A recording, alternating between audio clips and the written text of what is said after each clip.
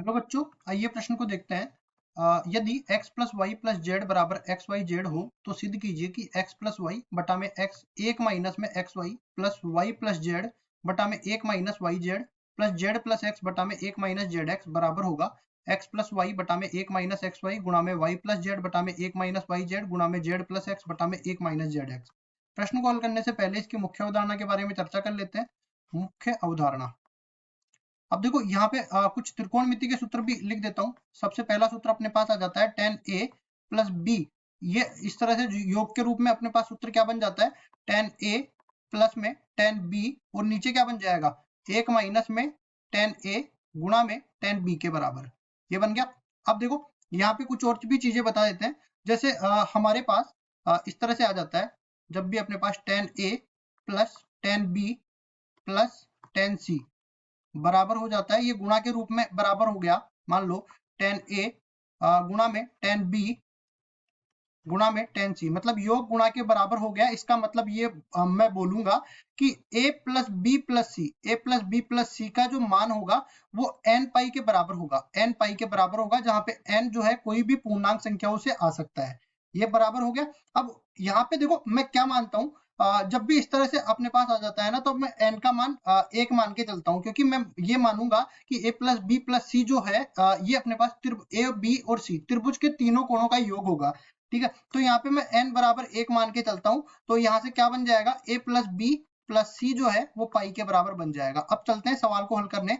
सवाल में जैसा कि हमें दिया गया है, पहले हमें बोला गया है x plus y plus z बराबर में एक्स वाई जेड के बराबर ये बोला गया है। अब देखो मैं प्रतिस्थापन कर देता हूँ, यहाँ पे x बराबर में tan a मान लेता हूँ, y बराबर में tan b मान लेता हूँ और इसी तरह z बराबर में tan c मान लेता हूँ।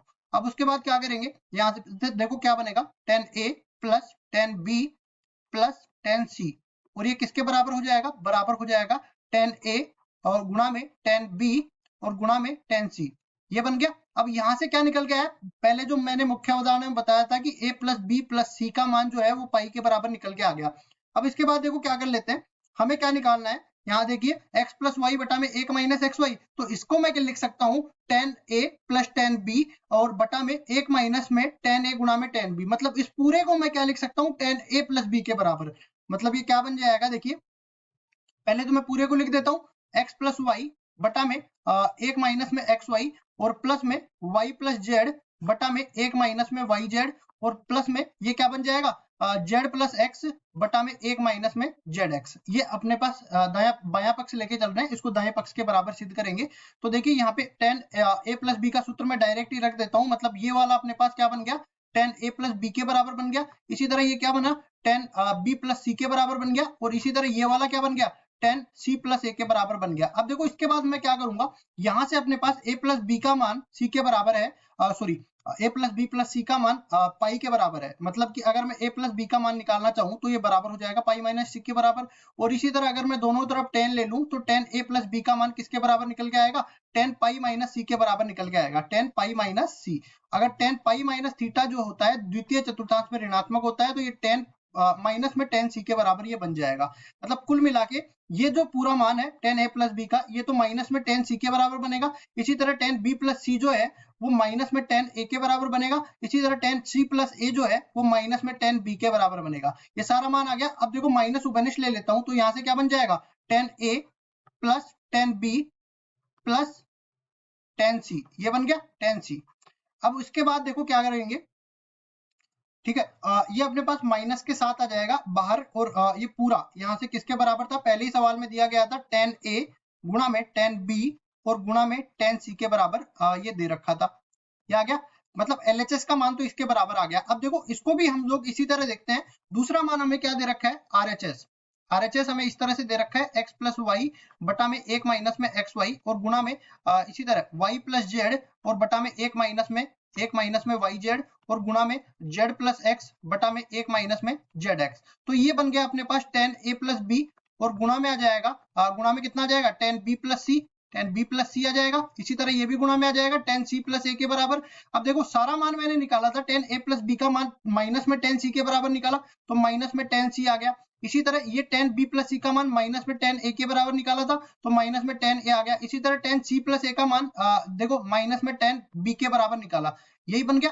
अब इसको देखो, ये अपने पास माइनस माइनस माइनस 3 बार है, तो माइनस तो बाहर आ गया, और ये पूरा बन जाएगा tan a गुणा में tan b और गुणा में tan c के बराबर, ये बन गया। ये अपने पास RHS आ गया, और LHS भी हमने इसी के बराबर लेके आए थे हम लोग, तो मैं कह सकता हूं कि LHS बराबर है RHS के।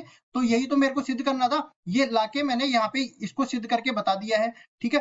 या फिर मैं इसका उल्टा भी मैं कर सकता था, क्या करता मैं, देखिए जैसे मैं यहाँ पे tan a गुणा में tan b गुणा में tan c लाया मैं, अब उसके बाद मैं क्या करता, वापस से ये जैसे मेरे पास गुणा में आ गया ना, अब इसके बाद मैं a को मैं लिखता कितना, a को मैं लिख देता यहाँ से पाई माइनस सी के, पाई माइनस में a, पाई माइनस में, यहाँ पे देखो इस तरह से देखो, अगर a मेरे पास लिखना चाहूँ तो ये पाई माइनस में b प्लस सी के बराबर ये लिख सकता हूँ। और इसके बाद में देखो यहाँ पे दोनों तरफ tan लूंगा, तो tan a बराबर हो जाएगा माइनस में tan b प्लस सी के बराबर, यही निकल के आएगा ना। तो tan a को मैं लिख सकता हूँ कितना, tan b प्लस सी, tan b को लिख सकता हूँ tan c प्लस a, और tan c को लिख सकता हूँ tan a प्लस b के बराबर। उसके बाद में वापस से जो है tan अपने पास ये वाला सूत्र बन जाता है ऐसा, और यही तो मेरे को गुणा के रूप में तो सिद्ध करके बताना था।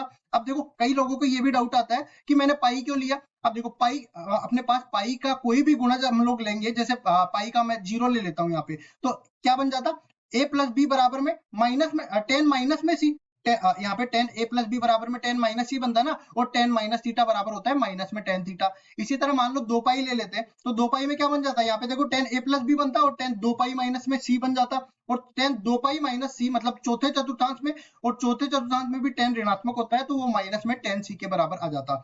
इस तरह से हमने कई चीजें यहाँ पे बता दी है, और इसको सिद्ध करने का मैंने तरीका बता दिया, या तो LHS को RHS के दोनों को अलग अलग सरल करके दोनों को बराबर कर दो, या फिर LHS को यहाँ तक लाने के बाद इसको वापस जो है योग के रूप में बदल के इस सूत्र में बदल लो, ठीक है। इस तरह से ये अपना उत्तर आ जाएगा। आशा करता हूँ ये सवाल आपको समझ में आया होगा। धन्यवाद।